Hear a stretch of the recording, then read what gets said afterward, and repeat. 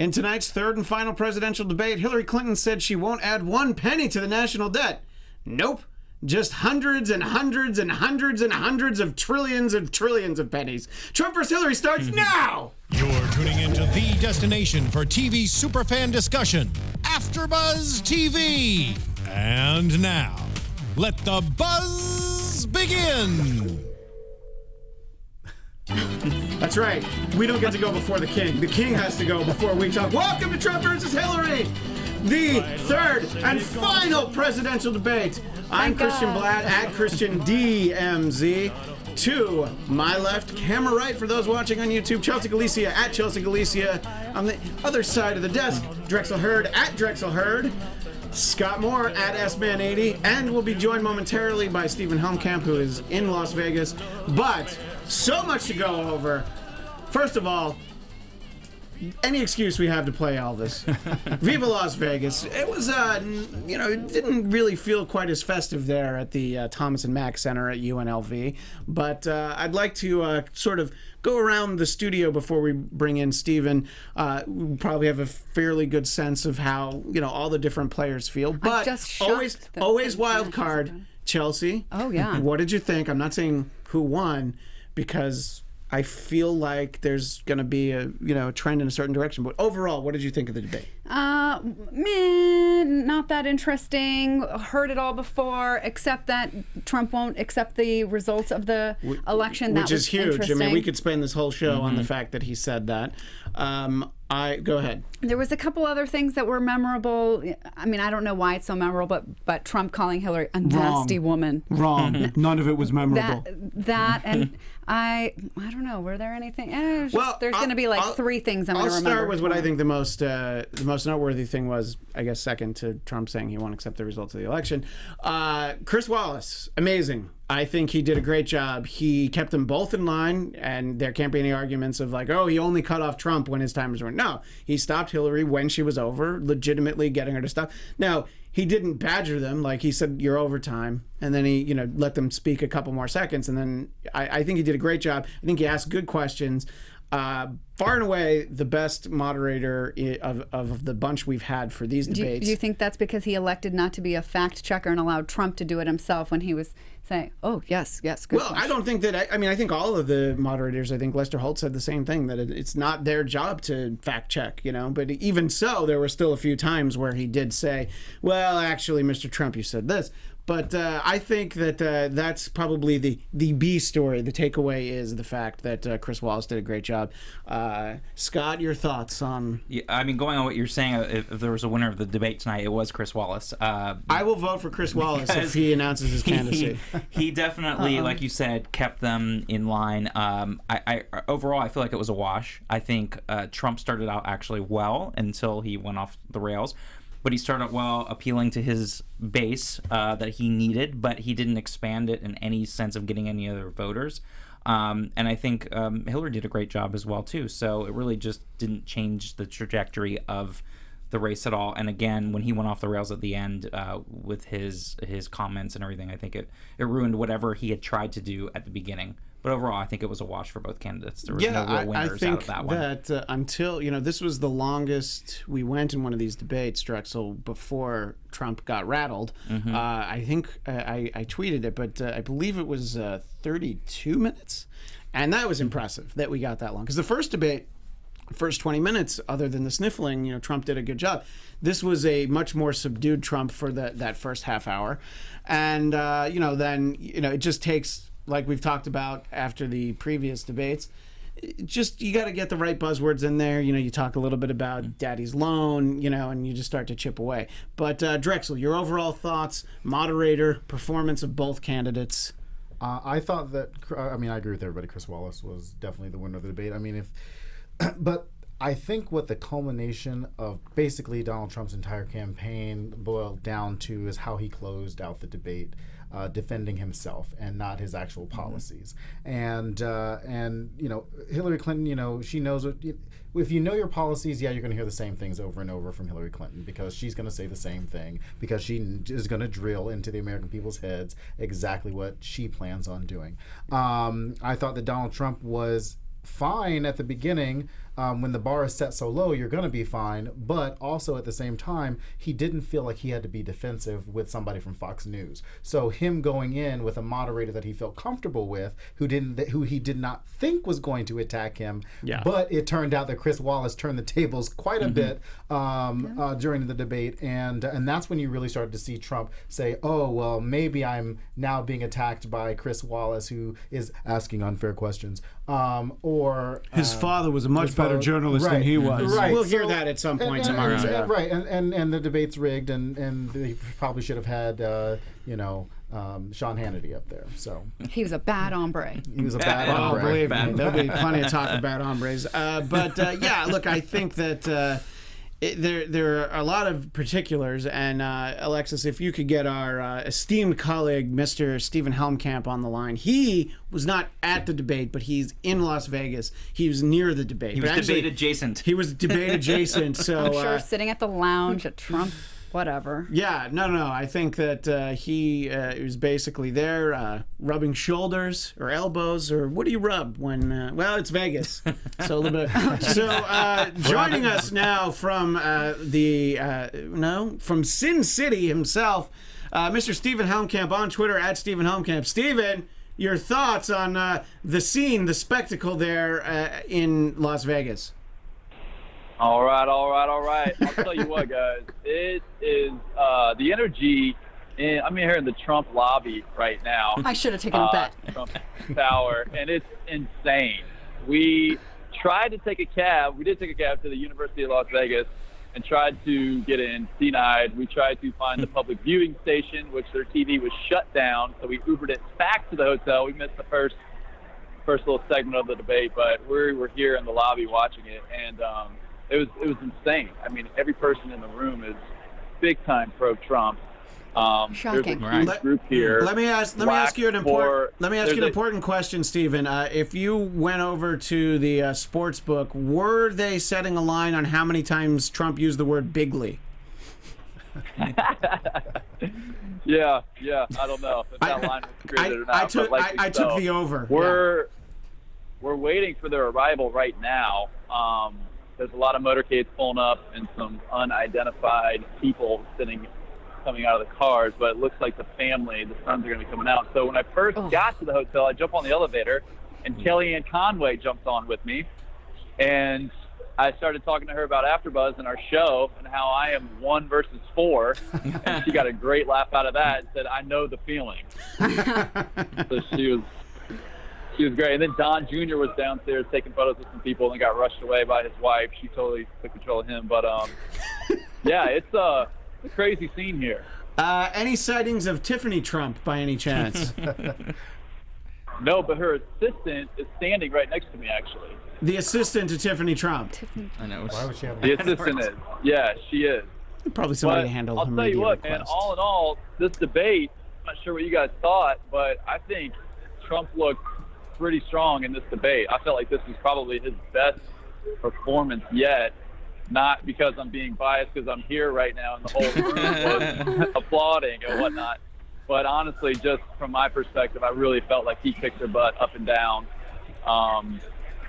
I do feel like his performance is going to sway the small percentage of undecided, but we'll see, how that looks on November 8th. What do you think of the job that Chris Wallace did? Because that's sort of what we focused on in the first few minutes here of the show.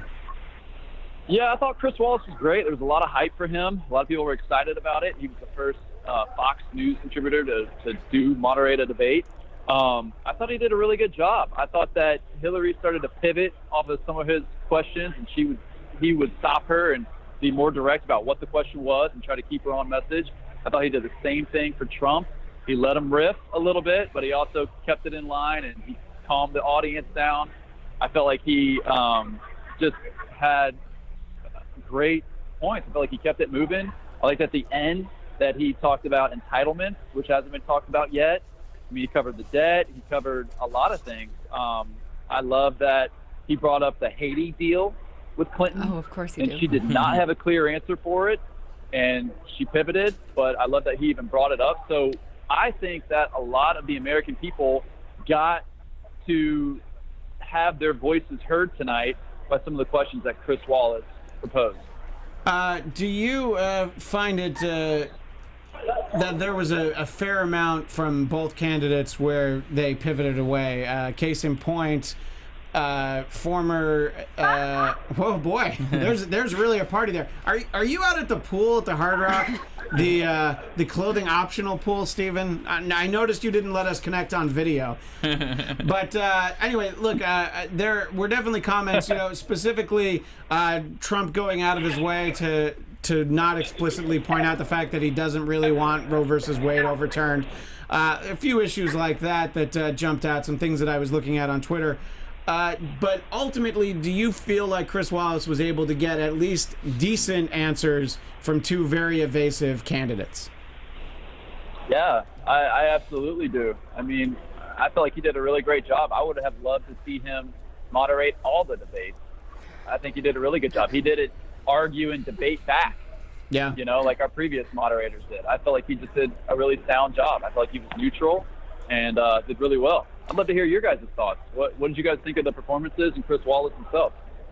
Well, you should have been watching the first few minutes of the show while you were there. But in general, in summation, we thought that he did a great job. And we feel like, Trump came off the best from the three debates, but only really in the first portion before Hillary was able to say that he choked when he met the Mexican president. And he was able to, get back into a little bit more composure, but it was sort of, he was a little bit unraveled from that point onward. But I'd like to know what Stephen...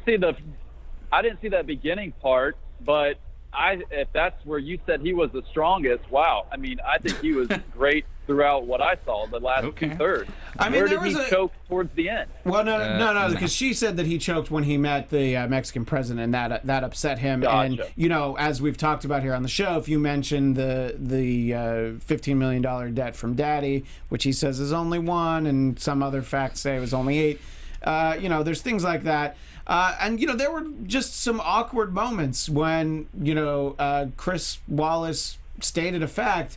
Trump said, "Thank you." And it just threw off. He's like, okay, sir. It was just very awkward back and forth. And there's a bit of a hiss behind you, Stephen, so we are going to let you go in a minute. But in general, I want to know what he thinks of Trump not agreeing to accept the results. That's a great point, Chelsea. Did you hear Chelsea's question? Go ahead. That's a no. Specifically, it was the fact that when asked, will you respect the decision on Election Day, and Chris Wallace talked about the peaceful transition of power, and Trump said, I'm going to keep you in suspense. I'll take a look at it on the day. I'll let you know then. So he did not say that. So he set himself up for possible lawsuits and recounts and saying that it's rigged. And he is the first candidate that's ever said anything like that, or at least candidate for president. So Chelsea's question to you is, what did you think about that response from @Real Donald Trump? I think that everyone knows that there is a lot of bias in media.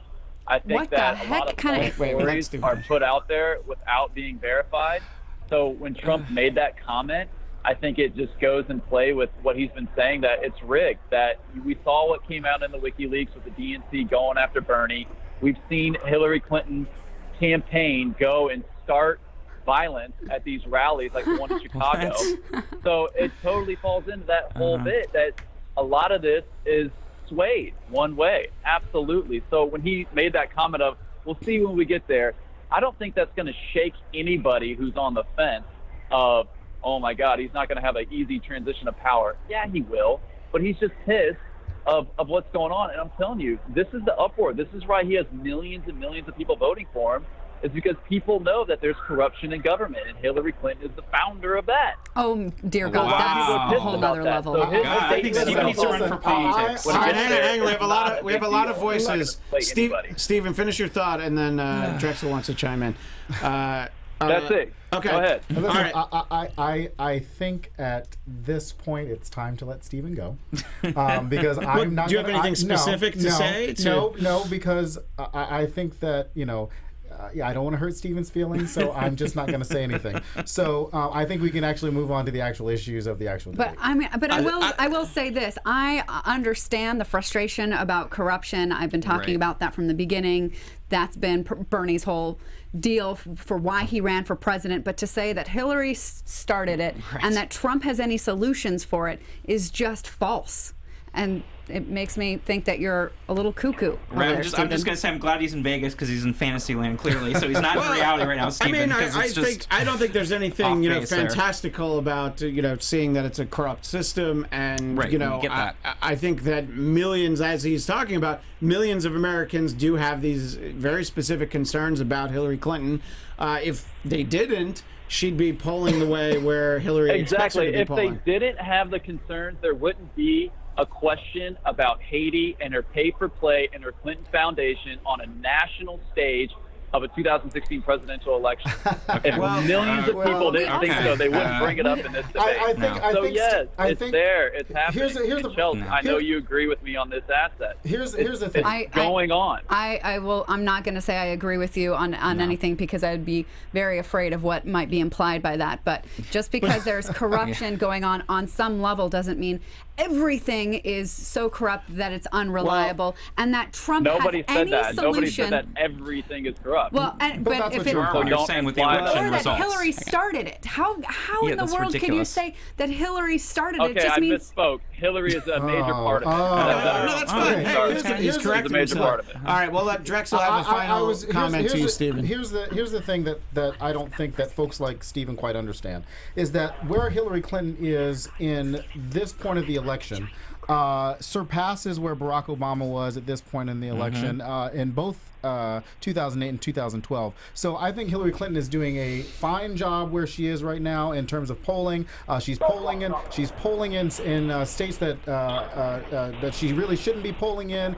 Tied in states like Georgia and Utah with Evan McMullen, who will I know we're talking to somebody later. So for Stephen, Alaska, Texas. So for Stephen to be in this fantasy land like Chelsea brought up, to think that that something about Haiti is going to somehow change this election in the next 2 weeks is just a fantasy in itself. Moving away from that, before we let you go, Stephen, that was a little off point. Chelsea has this is definitely what your comment was. This is a little bit off point too, but we didn't have you with us last week, so Chelsea wants to ask your thoughts on a very specific issue that definitely dominated our last show, but because you weren't here, she wants to know your thoughts. Chelsea, please ask Stephen your question. Did Donald Trump admit to sexual assault when he said, "I do what I want," basically with women? Of course, paraphrasing, but the tapes that came out. Well, with the 9 accusers, I mean, there's no. I'm talking about the Access Hollywood tape. With all those women coming forward like that, I definitely think there's some truth there. Right, but specifically to the accuser, not to the accuser, sorry, to the Access Hollywood tape. The P word. Do you think grab him by saying grab him by the pussy? Do you think that it's horrible? Of course, it's awful. I think it's.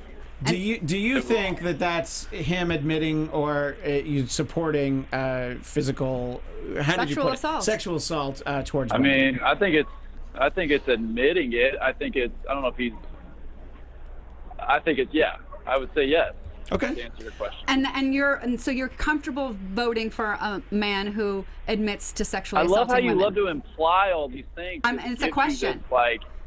Strong argument. I've never endorsed him. I've never said I'm voting for him. I've never said any of that. Right. He's never said any of that. Well, Stephen, we'll have plenty of time next week. So to answer your question, the answer is no. Right. But you're asking the wrong question because I've never said that. So you're not voting for him.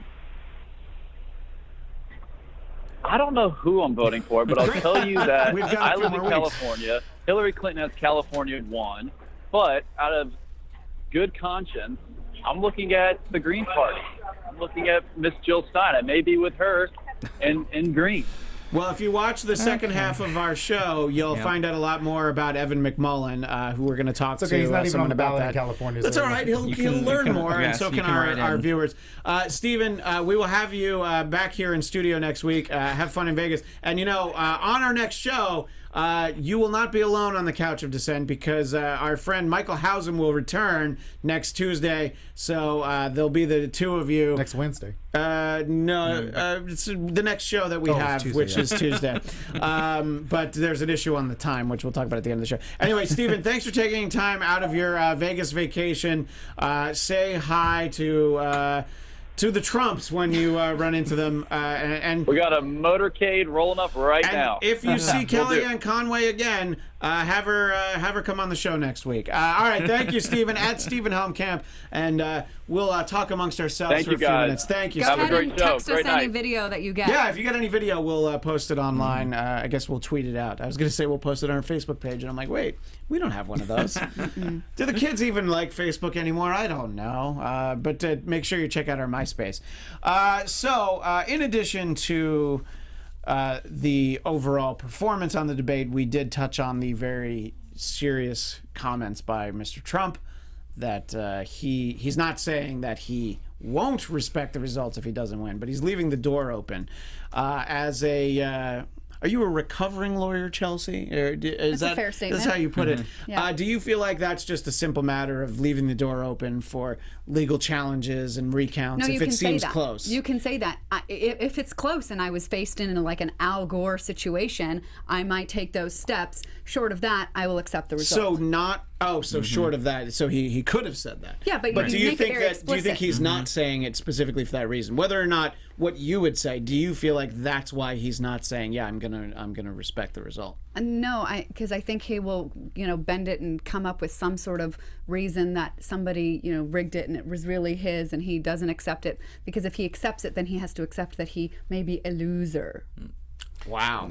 But I Drexel. think what people forget is that when Donald Trump has been talking about what's been rigged, he's very specifically talking about inner cities, where he always tries to bring up in like closing statements, where if he talks about African Americans, he talks about the inner cities. I love the African Americans, I love the Latinos, but if you've noticed in his speeches, he targets very specific cities: Philadelphia, Chicago, very predominantly black cities. So he's not really talking about it being rigged in Los Angeles or any of the other predominantly white or states suburban. or Yeah, suburban. exactly. So he feels as if minorities are going to steal this election from him. And that's what he means. He's telling his supporters, particularly his white supporters, that minorities will be stealing this election from you. And I've said it, I say it 100 times, I stand by it.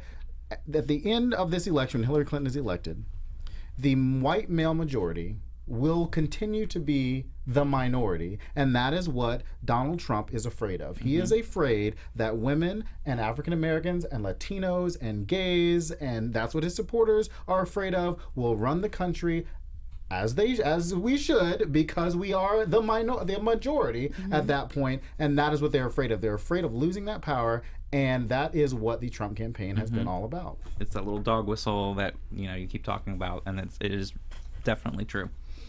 Well, then that fear. probably means... Which is probably why Steven's going to stay in Vegas.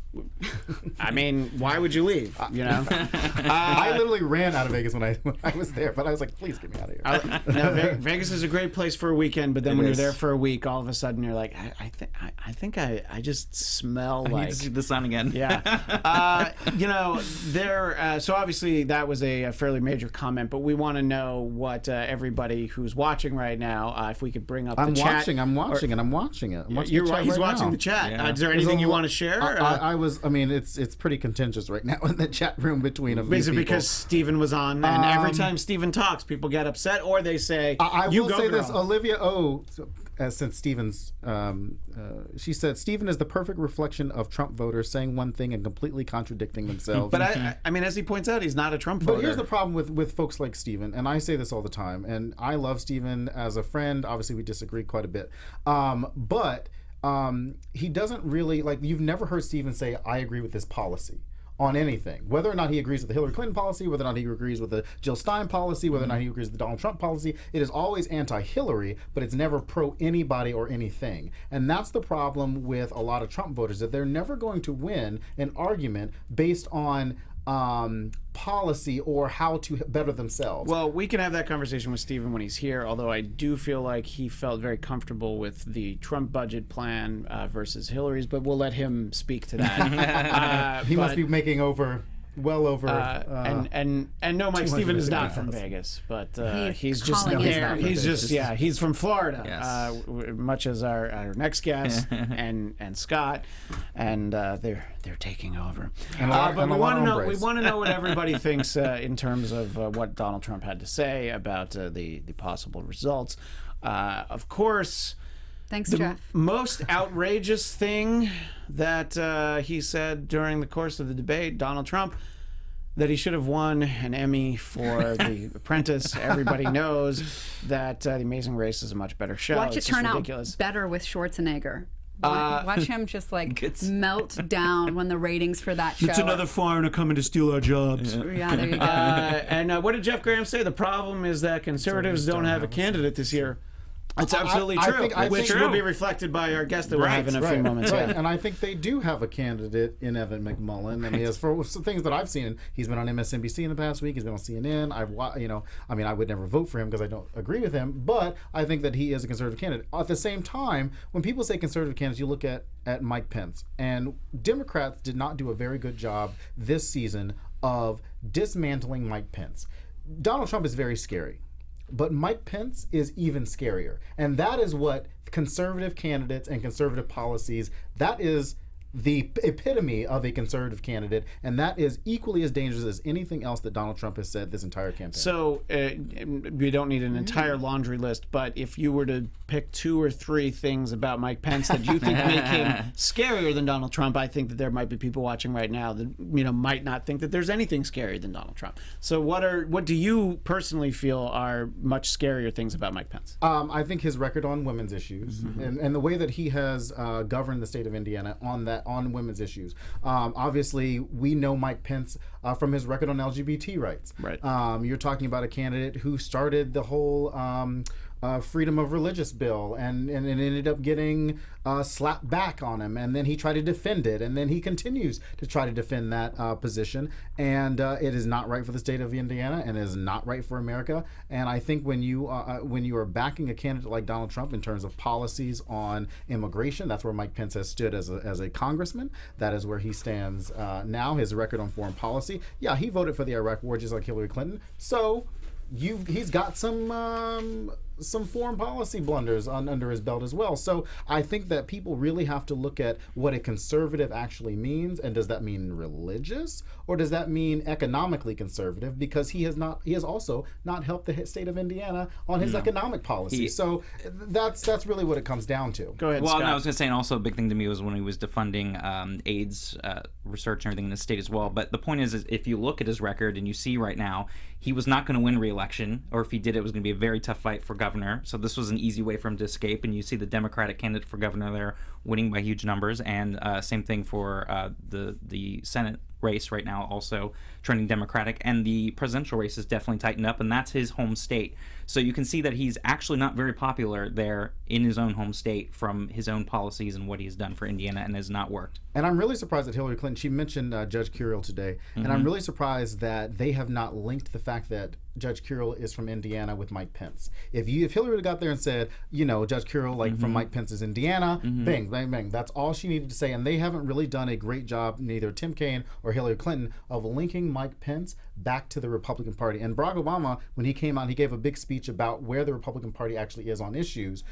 The Clinton campaign has not done a really good job of reminding the American people whose policies are really disastrous for America. And that is the Republican platform in terms of how they have governed from 2010 into 2016. You heard John McCain talk about, not confirming any Hillary Clinton judges. That is the obstruction that the Republican Party has done, which is why they haven't put a plan for repealing Obamacare, which is why they haven't put an infrastructure package on the floor, which is why they haven't put a budget on the floor.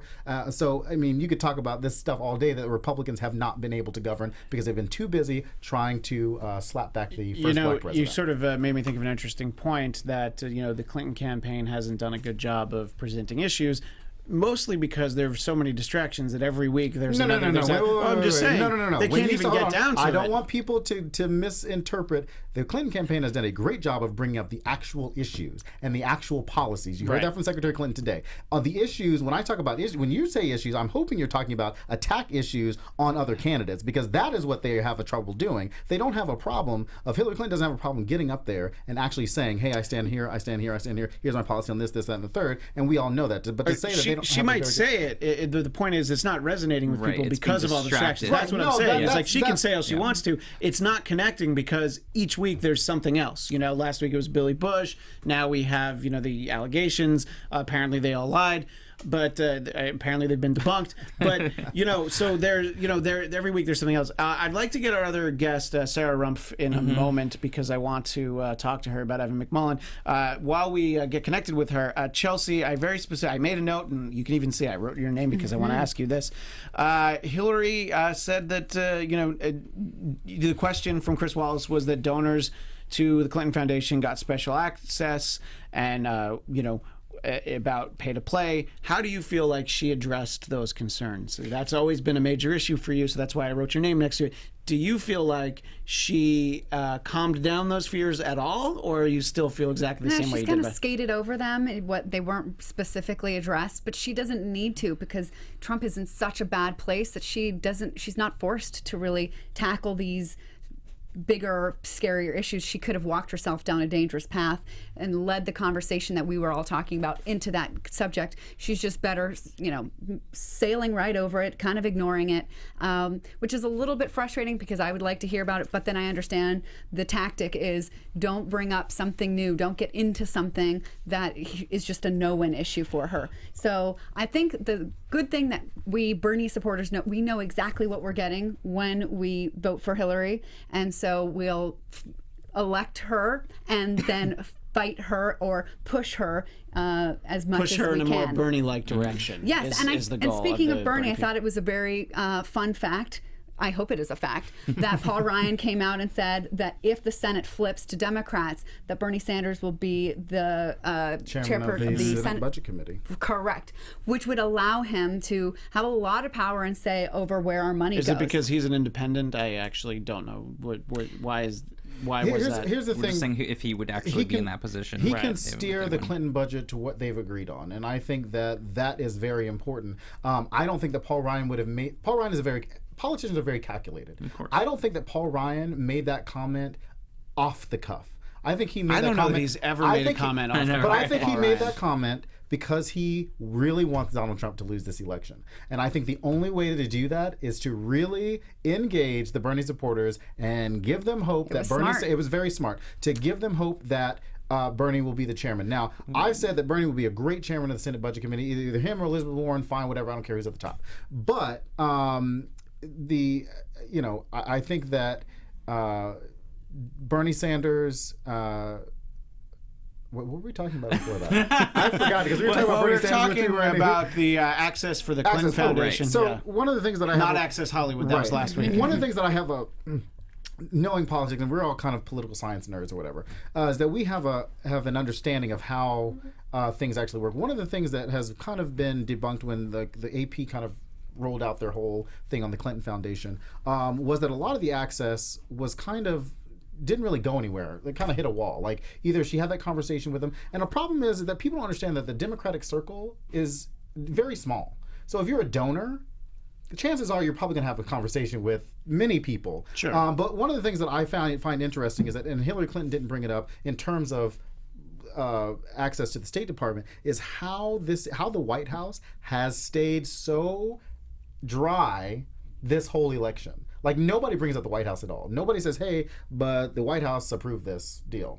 and that's how it is. And the White House, it came out last week, or if you talk about emails, you're like, well, Barack Obama was probably emailing with Secretary Clinton. Like, how is the White House stayed out of this is what I want to know. And I'm pretty sure there was a deal that said, listen, don't you bring up the White House, because we really don't want a problem with that. So I always find it interesting that the White House, that Hillary Clinton either hasn't thrown the White House under the bus or there was really nothing going on, because there was no doubt in my mind that the Obama White House knew everything that Clinton State Department was doing.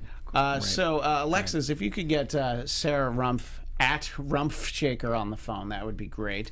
And we'll talk to her. That is not a joke. That is really she's her at handle. Rumph Shaker, and I love that she's at Rumph Shaker. You got it. So I guess we're connecting with her, and we'll first have Scott explain how he knows her. Yeah.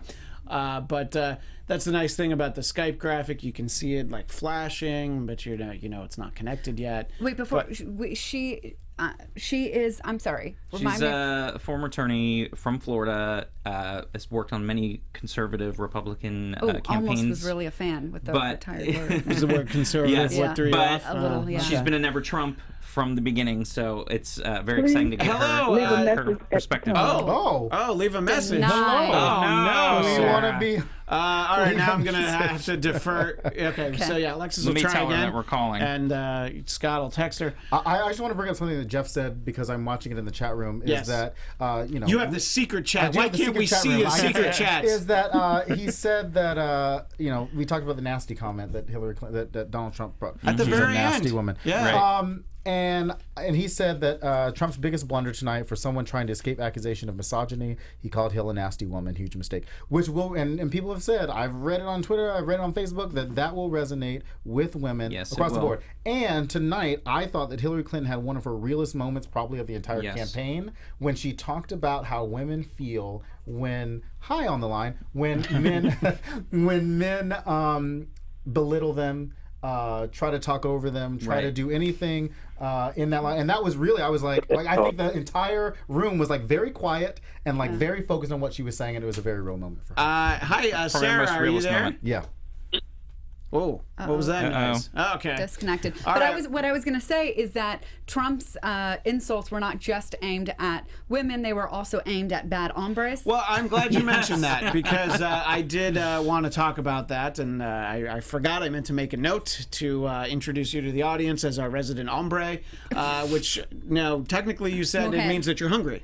Yeah, the way we pronounce hombre is men, hombre is hungry. So he's got some angry hunger. And probably tomorrow he'll say I knew that, I knew what it meant. My pool guy tells me what that word means. He'll probably say something along those lines. So that was when he was talking about immigration, about the drug lords. They're bad hombres. Yeah, one of the things that I think was most interesting, and it doesn't, just because I'm mentioning the end of the debate doesn't mean we're done talking about it. But I liked the way, this is again more credit to Chris Wallace, but that neither candidate had agreed to closing statements. So what he did was, hey, let's have you give us a closing statement. And I actually think they both did a good job in summarizing, what it is that they're offering people. I mean, they both are basically speaking to their base. I feel like every time that Trump speaks, he's basically just, sort of literally preaching to the choir. I don't know. I disagree with the esteemed Stephen Helmkamp that he's swaying large numbers of undecided voters. The only thing that he said that I really had to go, what? Yeah, that was right. His very first statement in his closing statement, which was she's raising the money from the people that she wants to control.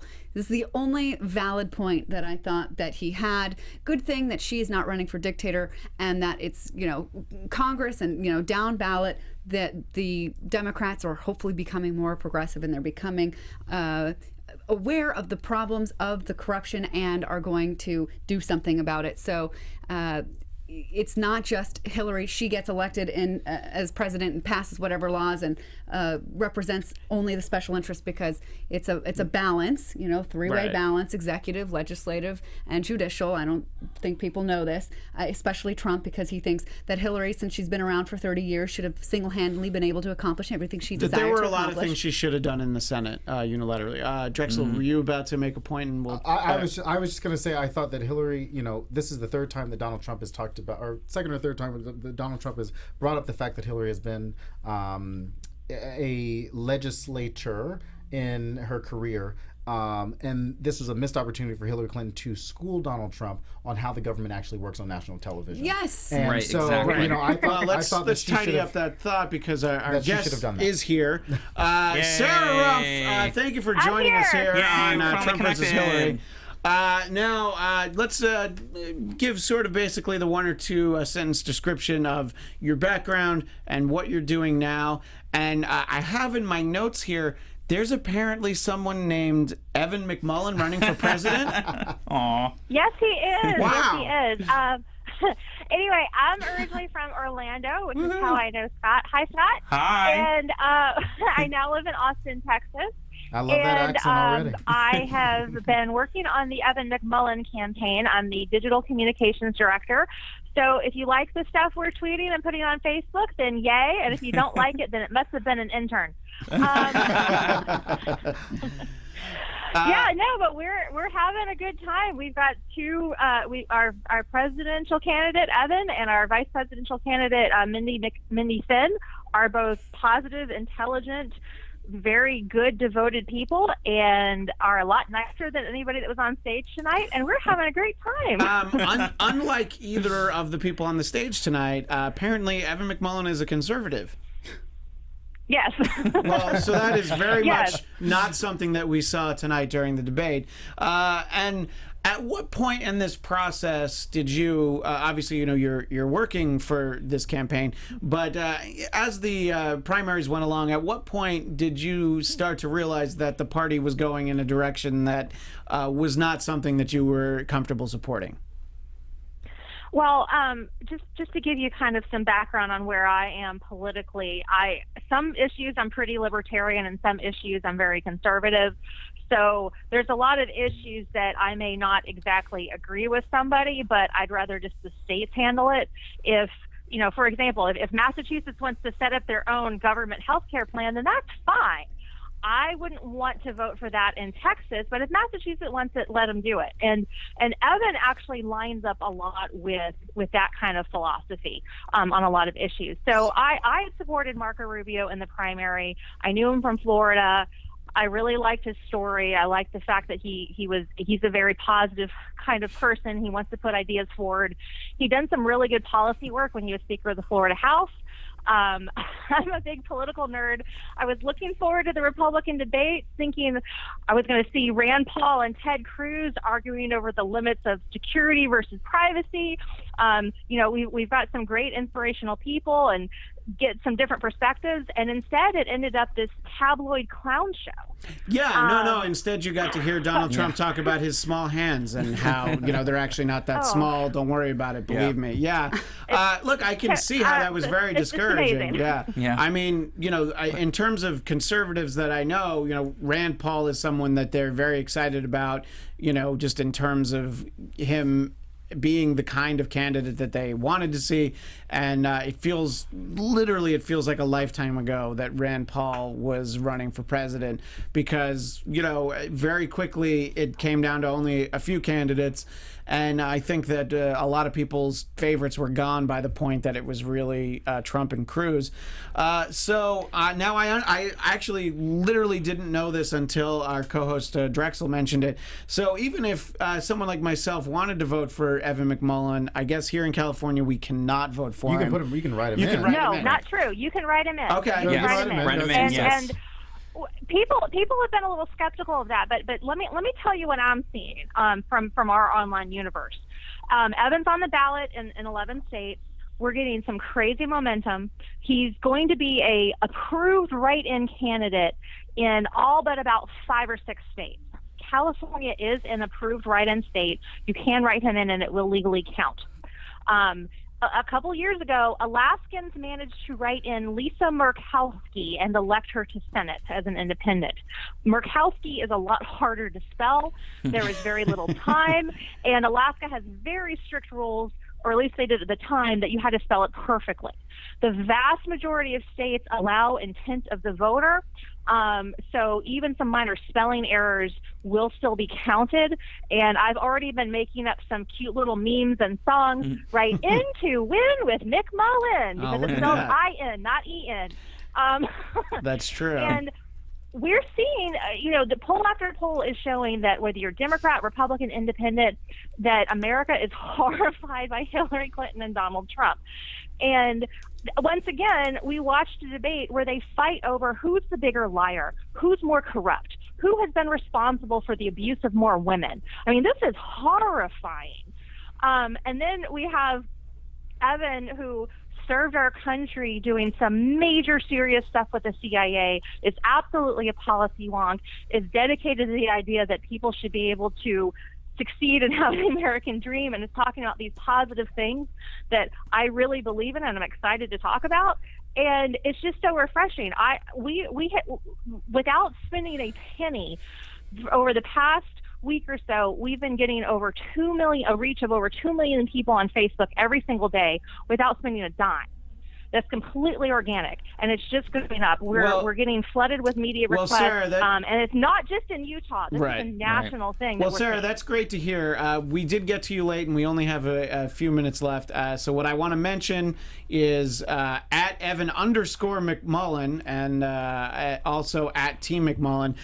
Drexel, did you have a point for Sarah directly? I just had a couple questions. First of all, Lisa Murkowski only won with 39% of the vote in Alaska during that write-in vote. So, I mean, but she still won as a it's a write-in. Right, it is. Right. But 100,000 votes isn't going to sway a whole state. However, my question about Evan McMullen is, why didn't he run for Senate, or why didn't he run for an open congressional seat in the state of Utah if he really wants to make legislative change? Yeah, no, this is a great story.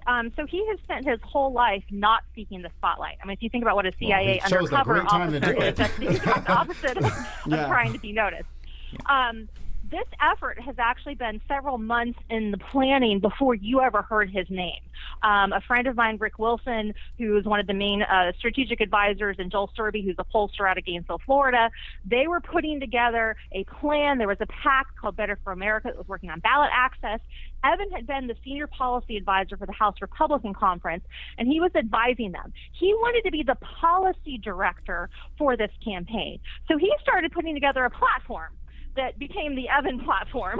Right. Well, he wanted to be the policy guy, Sarah, and thought we'd be able to recruit Mitt Romney in or someone like that. They didn't, and Evan stepped up. Well, That's again, what happened. we are really short on time, unfortunately, so we do appreciate you coming on. And again, it's at Evan_McMullen for anyone who's interested in another option. And as I said earlier, there are a lot of people interested in other options. And of course, at Team McMullen. And Sarah, if anybody just wants to follow you, we have to give a shout out for the amazing handle at Rumph Shaker. So thank you so much, Sarah, and we will hopefully have occasion to talk to you in the future. Yes, thank you. There's a lot of stuff we didn't get to on the debate, but Keith Torello in the chat room said, F that guy, write in Bernie. So something for you to think about, Chelsea. Bernie said vote for Hillary, so I'm going to vote for Hillary. Doing what Bernie said. All right. Hey, Bernie said, Chelsea, jump off a cliff. Are you going to do that? Bernie also said vote for Proposition 61 here in California. Anyway, so vote for Proposition 61. we will be back. On 59. Yes. We will be back on Tuesday, and there's a lot of stuff we didn't get to in the debate, so we'll probably spend a few minutes on that. There's a lot of interesting poll stuff to talk about so many that polls. we didn't get to. Which, but like you know what? The Evan's polls will be poll in different. Utah. Yeah, so there'll be a lot of poll stuff to talk about. So we'll be back on Tuesday. I think it'll be at 8 p.m. Pacific time. But keep an eye on us on Twitter. We're at TrumpHillary16. Make sure you follow us there. Please like and comment on our YouTube videos. And please rate and comment on iTunes. That makes a huge difference for the show. So please do that. Thanks to everybody for joining us. For the invisible Stephen Helmkamp at Stephen Helmkamp, and our guest Sarah Rumph at Rumph Shaker, and Scott Moore at S-Man80. Drexel Heard at Drexel Heard, Chelsea Galicia at Chelsea Galicia. I'm Christian Bladt at Christian DMZ, and we will see you next Tuesday, probably at 8 p.m. See you then. From executive producers Maria Menounos, Kevin Undergaro, Phil Svitek, and the entire AfterBuzz TV staff, we would like to thank you for listening to the AfterBuzz TV network. To watch or listen to other after shows and post comments or questions, be sure to visit AfterBuzzTV.com. I'm Sir Richard Wentworth, and this has been a presentation of AfterBuzz TV. Buzz you later. The views expressed herein are those of the hosts only and do not necessarily reflect the views of AfterBuzz TV or its owners or principals.